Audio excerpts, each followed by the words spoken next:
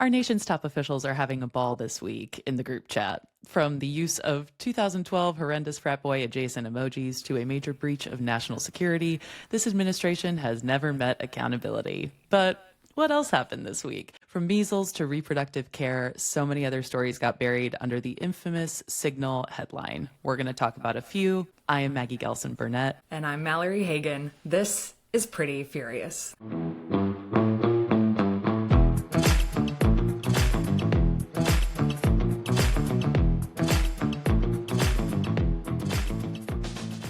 The group chat. The group chat went public, which is like, first of all, every friend group's nightmare.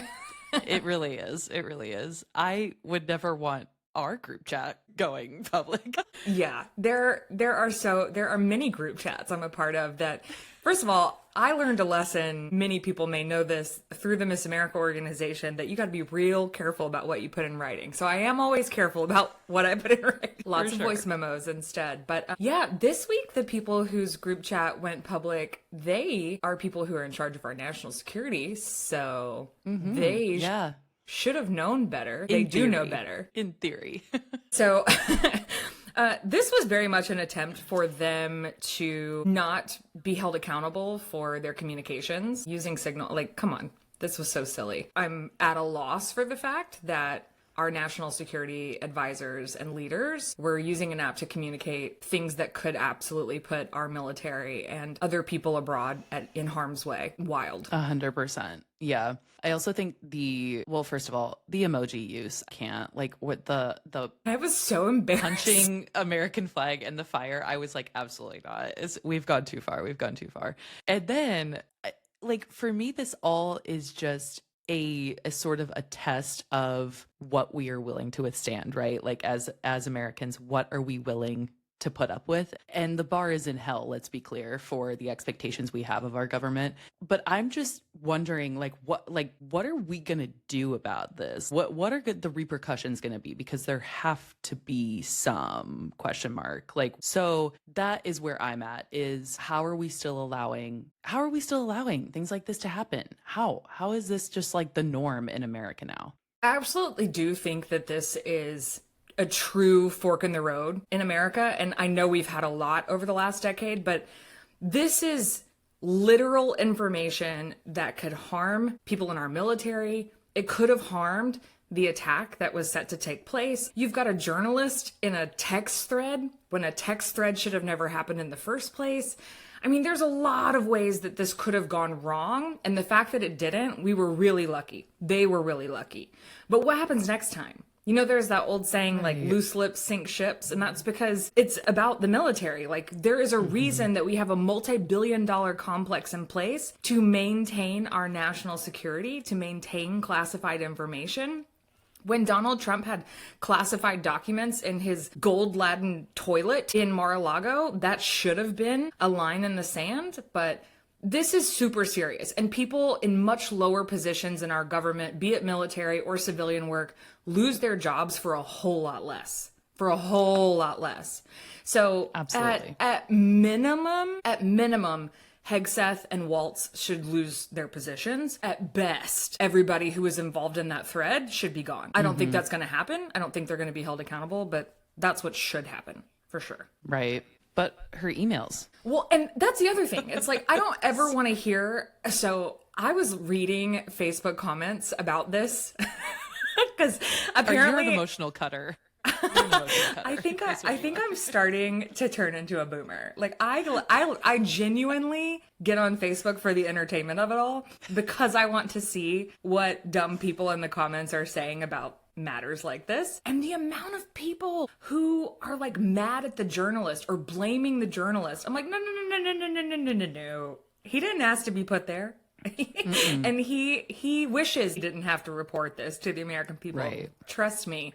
But I don't ever want to hear the Republican Party ever again say that they care about our military, that they care about our veterans, that they are the party of law and order. Like, get the actual fuck out of here with that.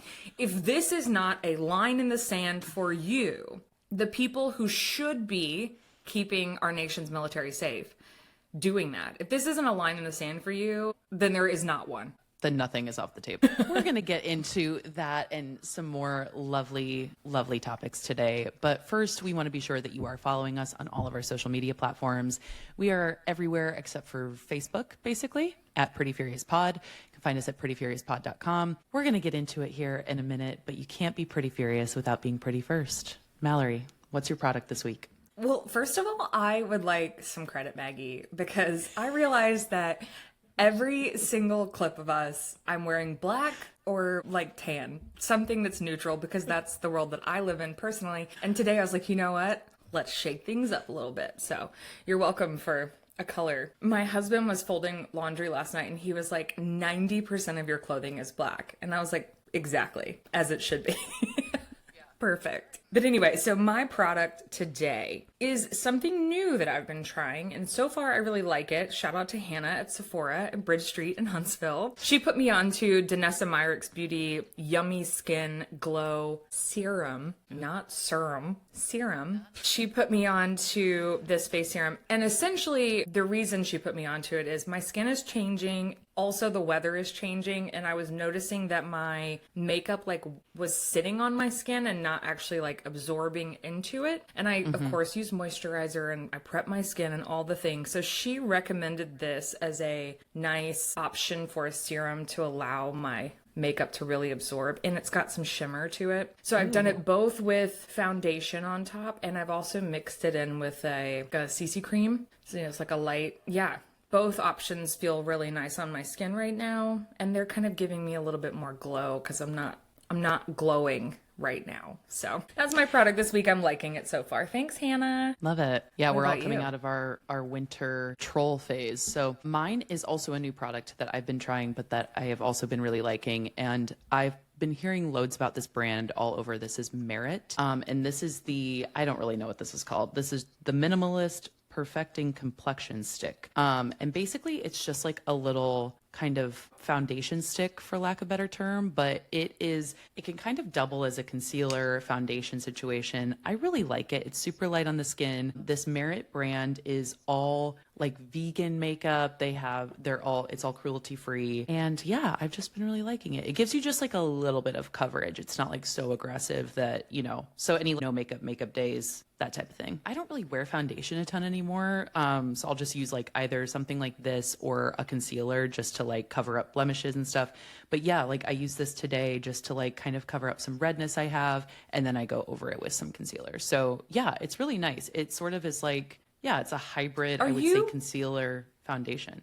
Are you telling me that you don't have foundation on your face right now? I don't. Your skin looks so good. Thank you so much. It is literally just aside from my 1,000-step skincare routine, the Dior concealer, not to bring in another product, but the Dior concealer is ungodly good. Like it's an impressive product. I saw an influencer say she stopped spending a lot of money on creams, serums, and stuff, and began just getting hydrofacials every 4 to 6 weeks.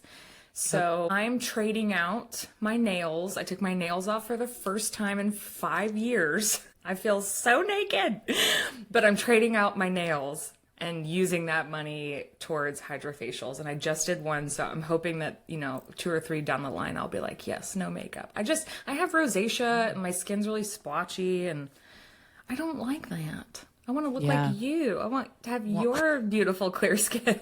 You have lovely skin, but I will be very curious to know how your hydrofacial journey goes because I'm very interested in those. Me too. I'm really not into the 900-step skincare routine, so I look forward to sharing. It's aggressive, yeah. It's aggressive. For sure. All right, well, products aside, this week we mentioned that so many other stories got buried because of SignalGate. Many of them are important, but we do have some headlines that made both of us pretty furious. You want to get started, Maggie? What made you pretty furious this week? Okay, so my headline comes from Forbes, and the headline reads, "The benzodiazepine problem no one's talking about, mainly for women." This article basically just highlights how women are disproportionately medicated with benzodiazepines versus men. They're medicated at a rate that is almost 2 times what men are medicated benzos. And what I did love about this article, shout out to Forbes for this, I did love that they mentioned all of the factors that play into why women are being prescribed benzos more than men, which is lack of childcare, the basically total lack of paid maternity leave, factors in the home, mental load, things like that. So I do really love that they mentioned that in this article, but that made me pretty furious. As somebody who has been prescribed benzodiazepine in my life, I know full well how this process goes. You go in, you tell them what's going on, and it's a very blanket solution. And they can be life-changing and probably life-saving for a lot of people in a variety of instances. I know when I was prescribed a benzo, it was incredibly useful at the time. I was having chronic panic attacks, so that was amazing. It helped me to live my life. But it also is an instance where we are seeing women's healthcare sort of, just being pushed to the wayside, and they're being shuffled through doctors' offices and being given this blanket solution. So yeah, not great. Can you maybe elaborate for people what a benzo is? What does it do? Yes. Yeah. So benzodiazepine is essentially like a quote tranquilizer. So like Xanax, Klonopin, Ativan, lorazepam, if you're watching White Lotus. And so Piper, no. I saw a meme that was like, there's half of the population who knows what lorazepam is and the other half who doesn't. Yep. And yeah. And so, yes, it's basically a form of medication that's highly addictive, and you can build a tolerance very quickly to it. And so when women are prescribed this at disproportionate rates, they find that they become addicted to it. They become addicted more than their male counterparts, and then they need a higher dose, and then they're taking it more, and it's just a vicious cycle. So really nothing, again, is getting fixed because we refuse to address the systemic issues in America that are affecting women. I also have seen, so in the years that I have mentored and coached young women participating in Miss America, from sorority interviews to college interviews. I mean, women I worked with, we really talk through some topics about life. And in that mentorship, one thing I've learned is that so many college-aged young women are on medication. And when I press a little bit about how that came to be, it is often, as you mentioned, that they walk into a doctor's office, express sadness or symptoms of depression, whatever it might be. They're given this sort of blanket solution. And I often ask, were you instructed to exercise 5 days a week and journal how you felt after you did that? I mean, anything to try and find... Yeah, I was going to say therapy, exercise, changing some of your dietary habits. There are a lot of ways to reduce some of these symptoms or even reduce some of the feelings of depression or anxiety through natural sources. And that's not always the case. I'm not saying that medication is never the answer by any stretch, but I do think that there are a whole lot of missed avenues when it comes to diagnosing and medicating women in particular. So yeah, that's crazy. I didn't realize that statistically it was so much higher for women. Yeah, almost double. So it's wild. And yeah, to your point, it just showcases how, again, little we care about the female experience in our country. So, and in our world, more broadly speaking. Okay, Mallory, what headline made you pretty furious this week? Well, I do think I've seen quite a few people posting about this, but still it seems to have been hidden, buried. And that is that a Georgia woman was arrested for how she disposed of a miscarriage. She is 24 years old. And I first learned about this through Jessica Valenti. I think I've said it before, but I'll say it again. If you're not following Jessica Valenti, you absolutely should be. She writes solely about reproductive care. She keeps you up to date on what's happening state by state. But essentially, police arrested this young woman after she was found unconscious and bleeding near her apartment complex. And they charged her with, quote, concealing the death of another person and, quote, abandonment of a dead body, because after she miscarried, they say she bagged up the fetal remains and put them in the trash. So I'm not sure what she was supposed to do. Can Correct. You think of what you were supposed to do when you have a miscarriage? Well, I was messaging with somebody on Instagram about this, and they said, if anything, you could charge her with akin to like failure to dispose of medical waste or something like that. And let's be clear, I'm not in favor of that either, because I think that this was already traumatic enough. We don't need law enforcement to be involved in a woman miscarrying, but fine. But I do think if you are going to charge with something, that probably would have been far more appropriate. This entire case is just kind of living rent-free in my brain right now, and it's so disturbing how we are in this position of, this is obviously not something she initiated. This is not something that she wanted. It's not something that any woman wants. No woman wants to miscarry. No woman does it intentionally. So I think the important thing to note here too, as you mentioned, the police actually did say this was a miscarriage. So they're not claiming that like she tried to have an illegal abortion, and Georgia law technically doesn't prosecute people who have abortions. So this is super wild. And I think it's just another indication of how we treat women in America. And it just follows a pattern. We've seen this over and over again. You know, woman of color is criminalized for pregnancy loss, and then now she's charged under some vague law that has nothing to do with abortion. And the media frames her crisis as a criminal act. It's wild. Well, we'll probably talk a little bit about this with Amanda. Should we bring her in? Amanda grew up in Iowa and then moved to Texas when she was in high school. She has been a travel nurse for the last 5 years and has been living in California since the pandemic. She is very happily child-free by choice and loves to use her platform to talk about it. She also loves to use her platform to connect with other nurses in a real way by not glorifying the work that they do. And she uses humor and education to share her experiences of being a nurse. She currently resides in the Bay Area with her husband, Tim, who is also a travel nurse, and their dogs, who I deeply love, Socks and Pickles. We are so excited to have you here on Pretty Furious. You brought a headline with you that made you pretty furious this week. Can you read your headline for us? It's a headline about the measles outbreak in Texas. I think there's been like 300 something kids that have been affected. And now, instead of talking about vaccines like we should be talking about, they're using vitamin A to treat it. And kids are now coming in overdosed on vitamin A with cirrhosis and liver damage. So yeah, perfect. That makes me pretty furious. Pretty amazing. We love it. As a healthcare worker. Yeah, absolutely. I mean, I think that the whole premise of RFK's quote unquote plan of like how he wants to tackle healthcare in America is let alone is something to be pissed off about and very angry at. But when you factor in that this is a disease that has been eradicated and now we are dealing with the repercussions of someone else's pure stupidity, it's like, it's just the most frustrating thing ever to think about, that like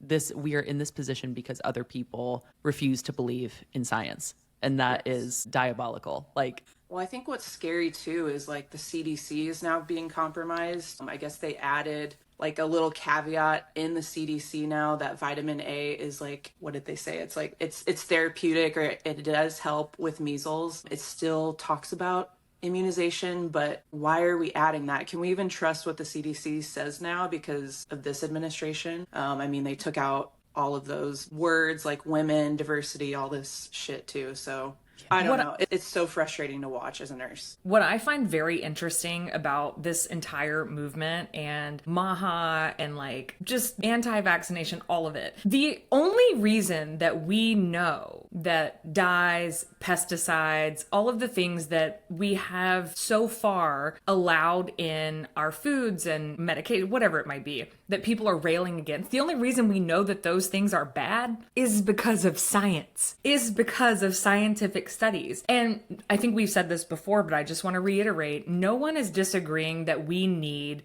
better regulation. We need the removal of those dyes, that we need to be more careful about pesticides and the things that we allow in our food. But the reason that we know that is because we trust scientists. So in that same breath, to say that you don't trust vaccines or immunizations is just so crazy to me. I know. Like, I trust scientists to tell me that these dyes are bad, but I don't trust scientists and doctors to tell me that my kids need vaccinations. Yes. right. We're picking and choosing, and Yeah. you can't cherry pick the science. Like, that makes no sense. No. So Amanda, that's a great segue, I think, Mallory, into this question. Amanda and I both grew up in an area that is now what I will call kind of a hotspot for anti-vaxxers, health misinformation. And I'm curious to know, Amanda, from your standpoint, how working in healthcare has really shaped your worldview of the interconnectedness of the US healthcare system in regards to our political climate. I mean, it's just weird that all of this anti-vax stuff used to be like a very crunchy California thing, and now it's kind of seeped into MAGA and all of these Republican influencer moms and all of this stuff. It's weird to see in healthcare that there are also other healthcare workers that think like this. I've worked with some. It's giving me PTSD from working in COVID. I worked on this assignment in Bakersfield, and this also is a very rural thing. I don't think this type of mentality happens as much in the cities where more educated people are. They definitely prey on a certain group of people. But I was on this assignment and this whole ICU was filled. I'm adult ICU, by the way. I'm an adult ICU nurse. This was during the Delta wave of COVID that was killing whole families. It was decimating communities. And I was in a very rural part of California that has a huge Hispanic population. And there was a nurse, I was taking my lunch break, and she was like, yeah, so I had COVID last week, and my son in Florida sent me some ivermectin, and it just went away in like 2 days. Ivermectin. Oh my God. I just had to like put my earbuds in like immediately. This is an ICU nurse taking care of, like, there are patients dying every single day on this unit. And she was anti-science and anti what we were doing to help these patients. Like, we're not giving ivermectin in the ICU. Why are you taking that? It's wild. Do you know if she was a Trump supporter? I'm just curious. Yes. Yeah. I mean, Yeah. what do you mean, Maggie? Yes. I wanted to clarify. Yeah. And I think like what's crazy is like these people are so unwilling to roll back maybe some things they've thought are true or to ever say I've been duped. They fucking dig their boots into the mud even further. It's crazy. I've never seen anything like it. Yeah. And it's in the age of information. This might be the worst thing to ever happen to us, actually, that we don't trust experts anymore. We don't trust science. We trust this Maha bitch on Instagram to tell us what supplements to take for measles. I don't understand how people think. Doctors go through years and years of training. They have to be in research. They have to know the latest research. They're not doing this for fun. They're not doing this because they're getting paid by big pharma. Right. It's crazy. And they all want to say these doctors are getting paid to put COVID on a death certificate, that whole thing that was going around during COVID so that they could get paid more. And it's like, but your favorite politicians, you need to go look who they're getting paid by. Mm-hmm. Yeah, But they exactly. They never do that research. What are you talking about? You know, I started watching Chelsea Handler's new Netflix special that came out. And she opens up the special by saying, like, hey guys, remember monkeypox? And everyone's kind of silent. She's like, exactly. Because the fucking gays went and got vaccinated. She was like, they did it because they're thinking about the community and they went and got vaccinated so your heterosexual ass didn't have to deal with it. And I was like, that is so true. Yeah. Exactly. Believe the science, listen to doctors. Collectively, within like a 30-day span, everyone went out and got vaccinated. And because they did that, none of us had to deal with monkeypox. I was like, wow, imagine if everyone had that much sense and that much of a communal mindset. Where could we be? I think that's another thing. That's a good point about community. We just do not have that here. Like, again, thinking back to COVID, all of the lockdowns in other countries, South Korea got that shit under control so quickly because everybody did what they're supposed to do. The public health experts were saying, do this, do this, do this. And they said, yes, okay, let's do this so we can get back to normal life and nobody dies. Why don't we do that here? It's so frustrating. You mentioned South Korea, but you travel extensively. You've got a trip coming up that's a group trip you just launched. How do you see the mindset of Americans differing from those of other folks globally? What's it called? American exceptionalism. I think that is so prevalent still today. I think a lot of us are trying to undo a lot of that propaganda that we've been told our whole lives, that we're the best. This is the best country you could ever live in. Look at all the amazing things we have. The American dream, all of these things. And I'm glad I think it's millennials. I really do. I think it's millennials that is the main group that's undoing a lot of this conditioning. And I hope more people see the more we talk about politics, truly everything is political. The reason, I mean, I talk about it with nursing, the reason in the South or in the Midwest you're getting a 30-minute break for a 12-hour shift, that's political.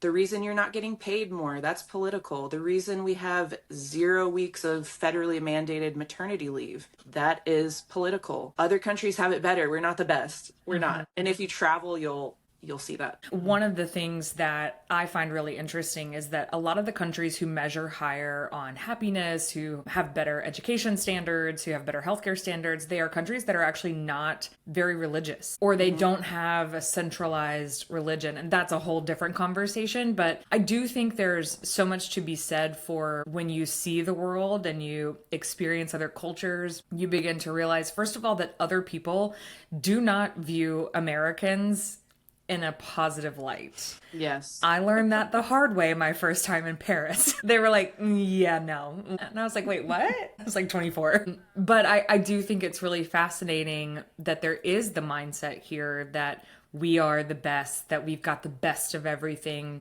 And we really don't. And I think that's a hard pill for a lot of people to swallow, especially a lot of the older generations. It's hard to admit that you've been duped, as you said, or that perhaps you fell prey to propaganda. And we've talked a lot on Pretty Furious about how so much of this is very much on purpose, very much by design. And this is just one more thing, right? Yeah, right. Amanda, one of the ways that you are, I mean, and I don't want to speak for you, but I think in terms of what you've said on social media and everything, one of the ways that you are able to travel and be travel nurses and be in the industry that you're in is because you are child free. And that's one of the reasons that like you have that flexibility. Amanda, what is a DINK? It's a dual income, no kids couple. So I'm curious to know kind of how you even decided to be child free in a country that is obsessed with women And our giving us bodies. babies. yeah, Yeah. and our bodies. Where did that journey begin for you? And I know you said relatively recently that was a recent decision that you finally made. So I would be curious to know how you made that decision in the first place. Honestly, if I think back to childhood, I think I always knew that I wanted to be child free. I remember growing up in Eldridge, Iowa, and thinking, I don't belong here. I do not belong in this town. I don't belong. I don't want to marry somebody from my high school. I don't want to live here. I want to spread my wings and fly, go see other places. I always wanted to travel. It's very strange as a woman growing up because a lot of the messaging when you're a teenager is don't get pregnant. Do not get pregnant. If you do, I'm going to disown you. Like that's the messaging I got from my family. And then Absolutely. the second you turn, which is scary. I'm like, oh my God, so it's really horrible. Wait. Well, it's a pregnant and have child. survival thing. Can we also talk about, though, that it's actually not that easy to get pregnant, and you don't even Right. realize that until you're grown up trying to get pregnant, and you're like, what the Right. fuck, man? All I ever heard was, don't get pregnant. And I'm like, you can only get pregnant like 3 days out of the whole month. I just remember that. I remember that being the messaging, like, do not get pregnant. I mean, my parents literally said they would make me move out of the house. I would have to take care of myself. They would not help me. Like, it was scary. So I had that all of my teenage years. And then by the time I got into my mid-20s, I was like dating someone pretty seriously, and they were asking when I'm having kids, and the pressure started. And I hadn't even become a nurse yet. I didn't have anything financially like stable in my life. I just had a man. So they were already pushing me to have kids. And this continued all the way into my 30s. It was incessant. And then Tim and I got together, and we hadn't even been engaged yet, didn't even get married yet. His mom was pressuring us to, you guys can just have a baby before you get married. A lot of people do it. It's fine. Isn't No. that crazy how that table turned? So wild. Yeah. Like if it you was had so if you had weird. gotten pregnant in your early 20s, even if you were dating someone but you weren't married yet, the narrative around that would have felt Right. very different. Right. It was just like I turned an age, and then all of a sudden everybody wanted a baby coming out of my uterus. I'm like, I'm still a child. I'm still a 25-year-old teenager. I can't do that. Literally. I can't take care of myself. Like, what? So the pressure really gave me the ick. I got a lot of pressure from friends too. I had a lot of friends that were having kids a little bit younger, and I got a lot of that same messaging. Amanda, you're going to regret it if you don't have kids. And I think I was one of the first in my friend group to really start questioning it. I just never felt ready. I kept thinking there's going to be a time later that I'm just ready and I'll want to do it.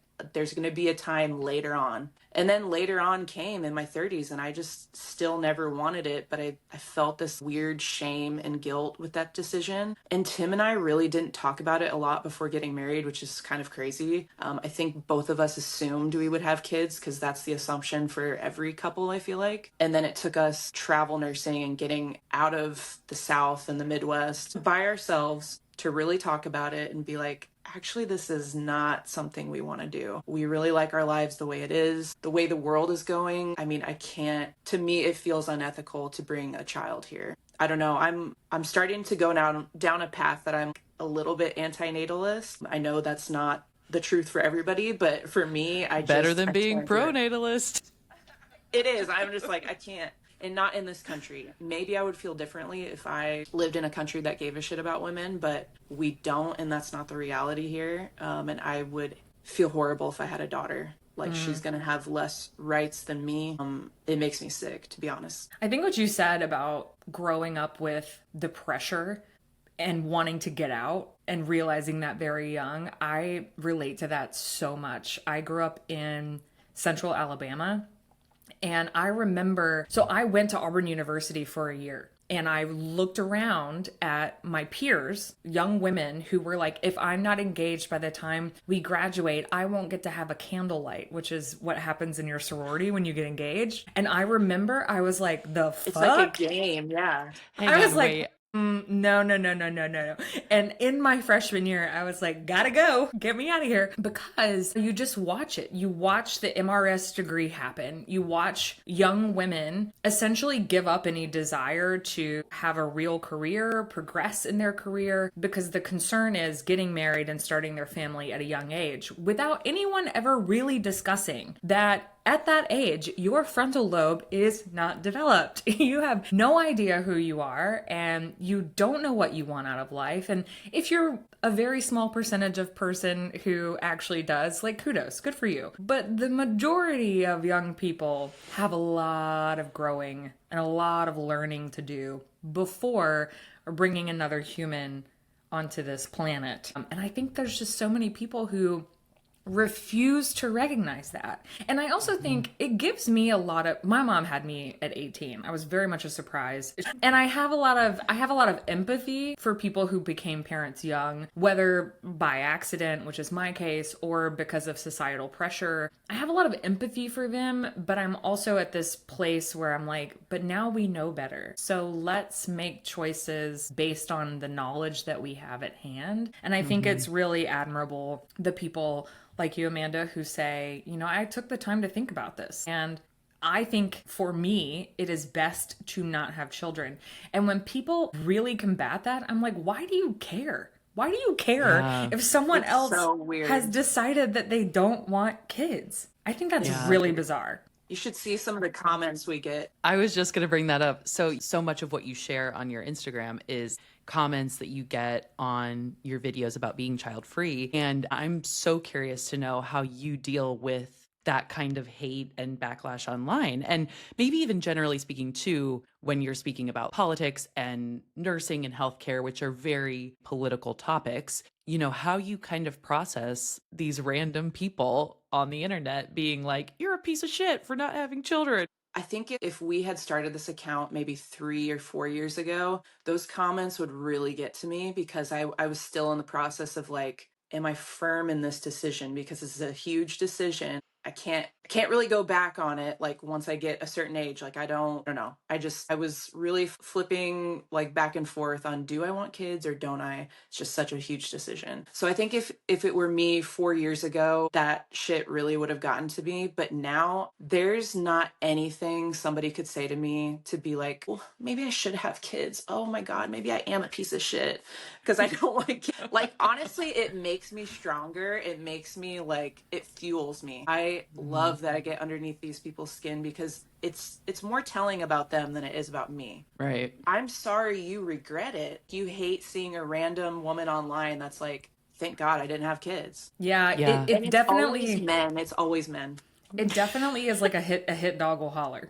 Yeah. You're invoking something in them that like they're not willing to admit that they wish they hadn't, or they wish they had taken more time to think about it, or perhaps chosen a different partner, or whatever it might be. That I think you're exactly right about. It says more about the person commenting and quote unquote hating on you. Man, I saw a clip of Benny Blanco. Are you guys being inundated with Selena and Benny content right now on your feeds? I'm getting a lot of like the Haley and Justin Right? drama There's stuff. it's so much, but I'm getting all I'm these. like, aren't we done talking about this? Like, Yeah. holy shit. I will fully admit I did just listen to their new The seven album part. Oh, this morning, and it is quite good. It's a very good album. So I'm getting fed all of these interviews of Benny where he's like so emotionally mature. Everyone's like, hell yeah, Selena. Good job. But one thing that he brought up was that, you know, she goes off and on of the being on the internet and absorbing comments and all that kind of stuff. And he said something. He was like, hating is free. People who hate, it's free. And he was like, you know what is not free? Your time. Sitting around reading comments from people who are hating. He was like, you got better things to do. You can hang out with your friends. You can hang out with your husband. And I was like, you know what? That's so true. I do like to read comments for entertainment. yeah. But anyone hating, he made me think about it. I was like, you know what? He's right. He was like, I could We be were making just music. talking about that. We were just talking about how Mallory said that she thinks she's becoming a boomer because she really likes to get on Facebook and just read comments for fun. Oh my god. I was like, Facebook is the worst. But purely for entertainment. Like, it doesn't get under my skin. What people, I'm like, wow, that person's an idiot. And that's about as much as I give it. But I do find it to be really enjoyable and fascinating to read the things people say. But when it's directed at you, it can be really difficult to let it roll off. But as you said, you know, once you get to a certain age, it's like hard to go back on the decision as to whether or not to have kids. And I might argue that, like, if you wanted to, there's always adoption. There's a lot of options out there. But you know what decision you can't go back on? Having the kid. Yeah. And so I think there's so many people who just don't think about it. Who don't really think about whether or not that's something that they want. And one of the things you said, Amanda, was like, I never felt ready. And I know you all have heard this. You've heard someone say, no one's ever ready. You just do it and you figure it out along the way. And I'm like, if I had $1. That's I know, that's a seriously. problem. It is. I've heard it a million times because, like you, I'm 36 and I like just now feel like an adult. Like, me too, girl. I'm like, we 36 have a too. house. What? There's a house around me, and like, I don't y'all, know. I'm not even 30 yet, and I'm like, God, Are you I always not? forget that. I'm an infant. Like, I literally my am like, God, I don't know you what y'all are. are doing, but Yeah. I will. And if you don't feel like an adult, Maggie, that's makes sense. It's normal. Yeah, Normal. I didn't Thank either. you. I And don't. yeah, so this idea that at my age, my mother had an 18-year-old. That's wild. Wild. That's crazy material. Wild. Meanwhile, parenting a 7 and a 9-year-old, I'm a bonus mom, a 7 and a 9-year-old, there are days that I'm like, I have to like really think about. I have to really think about what's coming out of my mouth, what's being demonstrated, and we do, but it's hard. So when people say you're never ready, I'm like, you should try and be ready. I think there's something too with like boomer parenting. I parented myself a lot. We were kind of left to our own devices, which I know their parents did as well. Thankfully, a lot of us turned out decent because of our resilience and trauma. But I don't know. It's just such a major decision, and I hate how people take it so lightly. I'm like, is it me? Am I the crazy one that's been thinking about this decision for a decade? I don't know. Yeah. One thing I wanted to touch on, Mallory, you were saying when people go to college and they are just in the pursuit of like getting married, having children, getting married as soon as possible, getting their MRS degree. And I think that really brings us to a super important and honestly an insidious sort of, I guess, pandemic we're facing in our world and in America specifically. Is that people who are young, who are younger millennials, maybe Gen Z even, and I don't want this to come across as like a Gen Z hate reel. I think Gen Z is doing more than most generations have before, and I have a lot of hope for them. But I think a lot of it too comes down to this lack of interest in developing your own sense of self and this lack of true interest in developing thoughts and beliefs and opinions and behaviors and taste. Taste is a huge thing that people develop so much in their 20s, specifically mid 20s to late 20s. And so I think it just kind of goes to show that all of this is so interconnected. It is not a mistake that we have an entire subset of millennials and maybe even Gen Z who are going to college in pursuit of a husband and children, and then coming out on the other end of that being a bunch of Trump supporters. That to me makes perfect sense, that because these people have no interest and they don't think that there is any kind of value in discovering more about themselves, they immediately jump to, how could I put my time and effort and energy and, reliance on another person as sort of like the helm of what I'm going to do with the rest of my life. And then that in turn informs their beliefs and opinions and all of that. So it's incredibly, I think, jarring to me, maybe, how interconnected all of these pieces are, of people choosing to be child-free, the people who are definitely not putting any kind of thought whatsoever into having children, and how we are now living in this current political climate. It all makes total sense to me, how we got here. I was going to add, a big part of patriarchy is where you stand in society. So for men, it's best if you have a wife. It's shown that they get more promotions at work, they make more money over time as opposed to a single man. And then for women, it's totally inverse. The second you become a mother, your stock goes down. Mm-hmm. So it's strange how patriarchy is still talking women into the greatest thing you could ever do is become a mother. Yeah. And it's weird too to see, I don't know when this started happening, but the trad wife thing, like, I don't know when that started, but I just remember on my feed, I was getting all of these like trad wives and homesteading shit. I'm like, what is going on? Why are we glorifying this? This is bizarre. Honestly, if it's something you want to do, cool. But it's like, the rug has just been pulled out from under us. I felt like we were making some strides with female empowerment, feminism, all of these things, and then fucking trad wives. I'm like, what is going on? Yeah, Trad wives.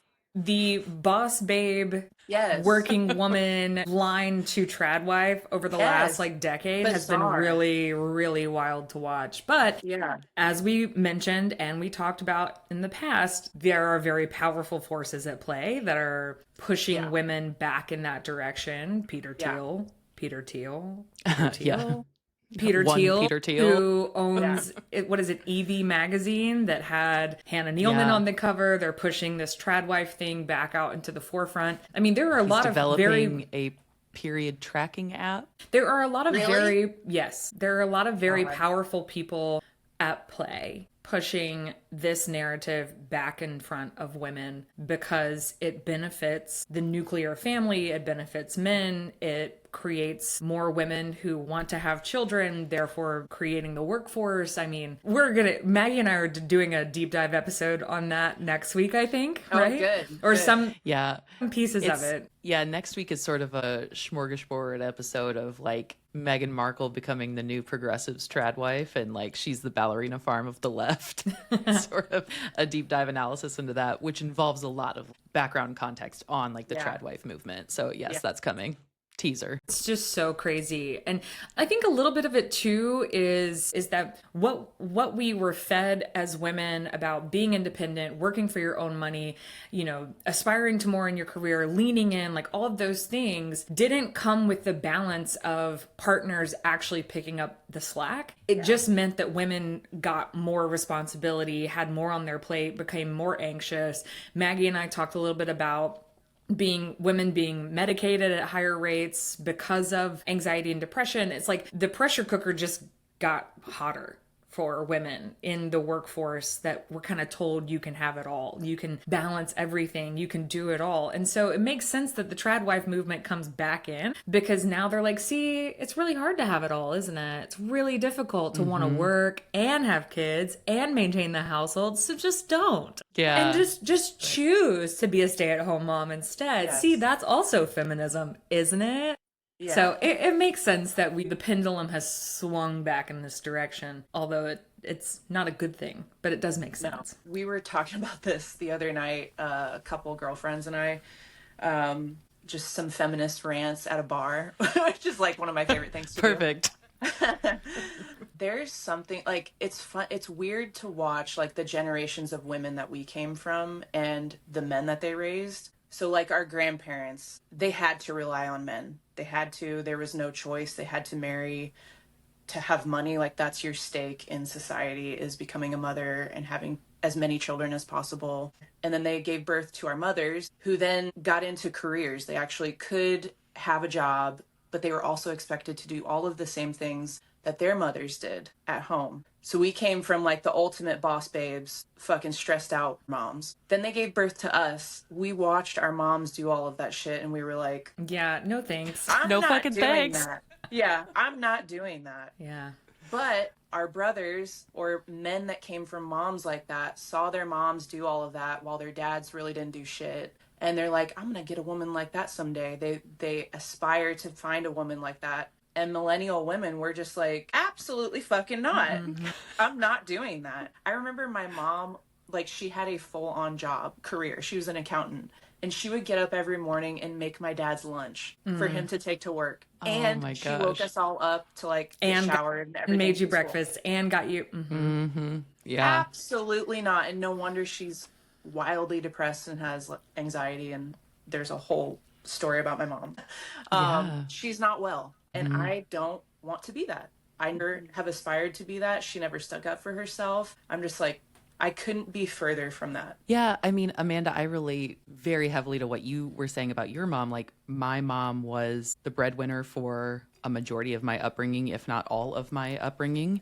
My mom worked, 40 plus hours a week as a dental hygienist. She retired last year at 50 years of, like, she was like, I'm making it to 50. And that was something I always was taught growing up was an admirable thing to do. And of course it is. There is so much in there that I'm like, she tackled everything. There was not a single thing that my mom was not thinking about involving her 5 kids, her spouse, her job, all of the things. But one thing that strikes me is that when I was probably 11 or 12, my dad left his job in radio after 25 years and started his own voiceover business. And my dad became very successful in a short period of time doing voiceover.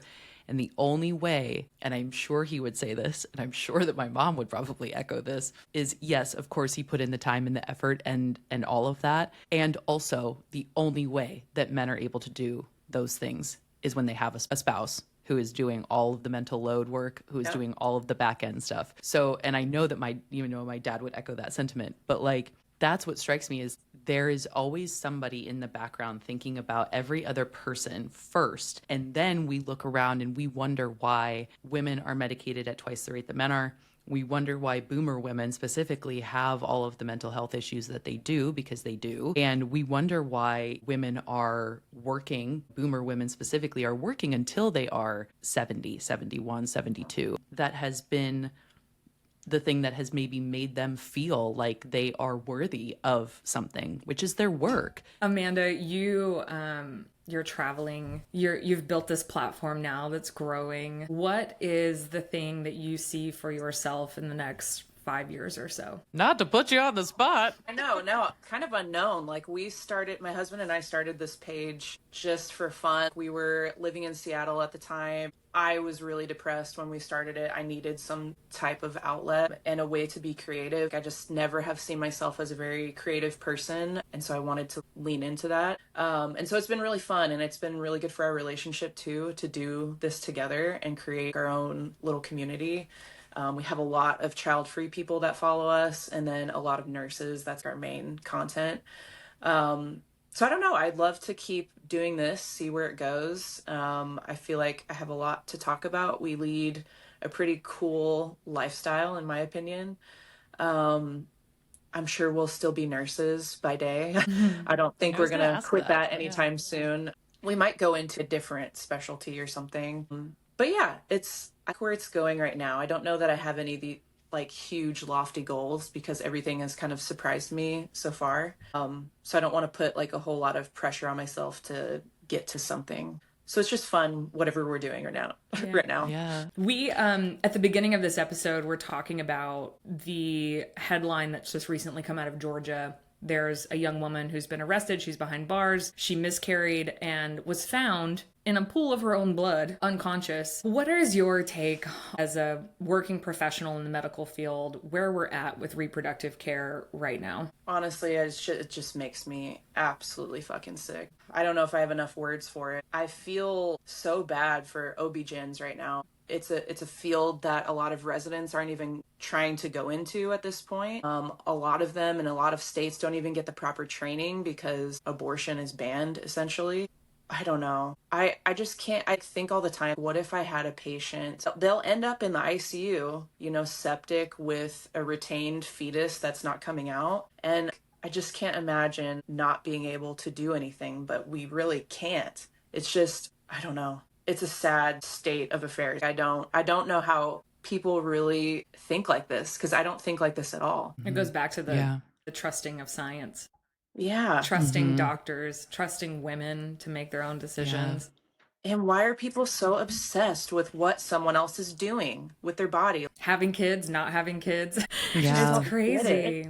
It's crazy. It is. Wow. And why do we want more kids born into poverty when we have a country that doesn't even help them? Yeah. I mean, there's people that are against free school lunch. What the fuck is going on in this country? Right. I would say that is the largest fault of hang on, let me rephrase. I feel there are plenty faults of the pronatalist movement, let's be clear. But I think that's one of the biggest issues, is that they're so unwilling to address what happens after a child is earthside. Like they don't give a shit if your kid's getting gunned down in a school. They don't give a shit if you are septic fighting for your life and get arrested for miscarrying. They don't care if your child can't get lunch. They don't care if your child can't get a vaccine. The argument, that we all have been saying towards the pronatalist movement is that y'all don't give a shit what happens to that child once that kid is born. And that is not hyperbole or opinion. That's rooted in fact, because we do not have any social structures that support women or children post-birth and even pre-birth. So I completely understand not having like the verbiage to describe the sheer disappointment in our powers that be, the structures that are in place in our country right now for the way that we treat women, especially pregnant women. I know every time something new happens, I'm just like, I almost can't be surprised anymore. I'm not surprised. I don't know why I'm surprised. Thank you for sharing with us, Amanda, your thoughts on being child-free and our healthcare system and just the state of being an American in the world. We would love to play a little game with you. We call it Fury or Fun. So we've got some things we're going to rattle off to you. We want to know your thoughts. Does it make you furious, or is it something that's fun? Maggie, do you want to start? Okay, so I'm going to start with Amanda. Do you know who Vani Hari is at The Food Babe? Oh, yeah. Okay, yeah. So thoughts and feelings on her. Theory. She sucks. Who even is she? I didn't realize she kind of copied the name of somebody else too. Food Science I didn't realize Babe. that. Oh, yeah. Do you remember her? She has really good content. I love Food Science Babe. Yeah. So I literally had to look this lady up the other day because I saw that she went to the White House or something. Yeah. And I had no idea who she was. Thank God my algorithm didn't ever steer me that way. Quick little insert here. I used to be on Truvani's PR list, which is her supplement company. And I don't know how they found me I think just online, whatever. And they sent me some stuff. And eventually I emailed them being like, you need to remove me from your PR list because your founder is just like spewing misinformation everywhere about food dyes. And she's like, we have to get Kellogg's to get red dye 4 out of the like fucking Cheerio, whatever the fuck. And I'm like, I can't stand you. So I had to email them and I was like, please take me off your PR list. Okay, next one is, how do you feel about packing cubes? Yeah, you little traveler. Fun. I mean, I wish I was more. Are you like an expert packer now or no? No, not really. Girl, I'm neurodivergent. That's fair. Everything's a mess. I have mess piles all over my room. I wish I was. So are you the better type at that it. just like throws shit into a suitcase and then The night you dip before, out? yeah. Mm-hmm. Yeah. Yeah. Yeah. For That's sure. me. Okay, this next one. What do you think about the gallon jug water bottles? The ones that say I hate the ones it. that I say hate like it. the time on them, where they're like, keep going, girl. No, I hate it. I hate it. so much. They give you like motivational cues. I hate it. I see that stuff at work and I'm like, why did you I was bring gonna say, I bet nurses all the time I have was those gonna- water yeah. bottles. They do. And it's like a certain personality. It really is. And For sure. I don't She's think, also like, the gym girly. Yeah. Is But she even also just, the like, ivermectin politically- girly? Yeah. I'm like, for some reason, politically too, I think. Like, if Yeah. I see that, I'm like, are you mugging? That's you an hiding? alt-right thing. Yeah. It is. Well, I It is. think it's more about like signaling. You can also Yeah. just drink a gallon of water by refilling a normal fucking size water bottle. Listen, I have a lot going on. I'm an extremely busy person, but I can go, okay, I think this is like the 4th time I filled up my water bottle. Got it. All right, probably 2 more is good. Yeah. Like I don't Yeah. need to carry around a thing the size of my body in order to hate remember it. how to drink. I don't know. Yeah, that one I cannot. Okay, shoes off on the plane. No, absolutely not. No. Oh my God. I had a So travel gross. nightmare from hell last month. And like, long story short, the woman next to me threw up when we were landing. And we had to come in for Oh my God, I landing saw twice. this on It the was story. awful. Oh my God, it was terrible. And at the Denver airport, no less, which is like the most sus airport in the continental US. But we had to come in for landing twice. She threw up as we were landing. Her husband next to her, upon taking off, took his shoes off for the entire duration of the flight.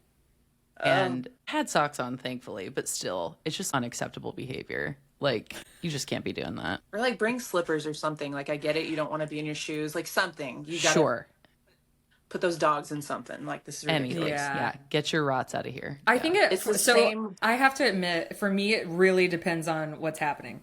Like international flights, I'm all about, but I always bring a fresh pair of like, so even if I have socks on in my shoes, I bring a pair of fresh socks to put on top of my socks so I can like walk around and then take those off so that I'm Yeah. not like, I don't know. But anything where I'm like, first of all, don't ever put your feet like up on the thing, the hand. No. Just, there's a lot that people do that I'm like, what are you doing? You do not live here. I hate it. Yeah. Fury. It's gross. It's the same in the hospital. People will walk around those rooms, like patient family members, without shoes on in the room. I'm like, Absolutely not. you're gonna get MRSA. You're gonna get something, C. diff. I don't know what, but this is so fucking gross. Yeah. Yeah, that's standard. vile behavior. Okay, Yeah. last one here. I suspect I know your answer to this. Well, Mallory, maybe I'll let you ask this one. All right. Last one is dogs being children. I feel like they are my kids. Is that weird? Is that I literally said, I was like, So pickles fun. and socks are her children. Yeah, Fun. no, they really are. I know that's really cringy, but No, it's not. I also I have a dog. This was so I was like, I don't know her. Does she have dogs? Does she like them? Are they her kids? yes. Yeah, So they- fun. We take Fun. care of them so well. That's so funny. I love pickles and socks. I'm a I big know. fan of They're theirs. So funny. Amazing. Okay, so last thing, Amanda, at the beginning of the show, we always talk about a product that we can't live without, that we're loving right now. What is your product that you are loving right now? What do I reach for all the time? Love it. I'm a skincare hoe, just like you, Maggie. Mm-hmm. I love this brand. I feel like they have such good dupes of really expensive products. It's made by a dermatologist, obsessed, and it's Prequel. Yeah. This is their brightening vitamin C serum with L-ascorbic acid, ferulic acid, and ergothioneine. It's a dupe for the SkinCeuticals CE ferulic, which is like $180 or something, and this is like $20. It's just a great vitamin C. Obsessed with it. Great for brightening. Great for just everything. Love So, it. yeah, I that's my get so favorite right many skincare like recommendations and ideas from you, Amanda. That's where I would say Amanda was a big reason why I got so into like Korean skincare this Yeah. last year. So Yeah. Well, your skin is glowing, so if that's what you're using, sign me up. Love it. Well, thanks, Amanda. We're so happy to have you. We appreciate you. I know, Thanks I for know. joining us. I know, it was so fun.